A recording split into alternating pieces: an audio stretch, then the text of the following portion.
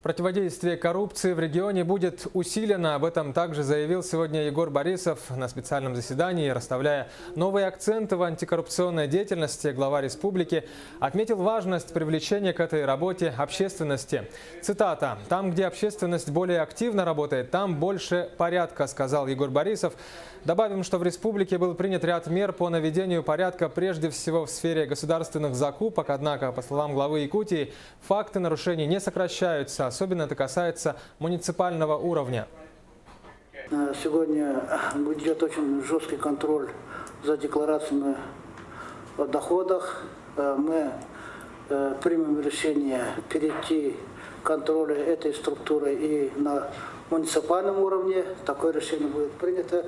Мы в свое время внесли предложение на уровень руководства страны о том, что в связи с тем, что есть определенные погрешности или пробелы в законодательстве Российской Федерации, мы не можем контролировать или не можем повлиять на по контролю за доходами на муниципальном уровне.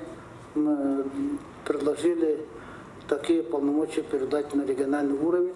И это предложение, в принципе, сегодня поддерживается. В связи с этим будет и собственное решение республики, чтобы контролировать и это направление.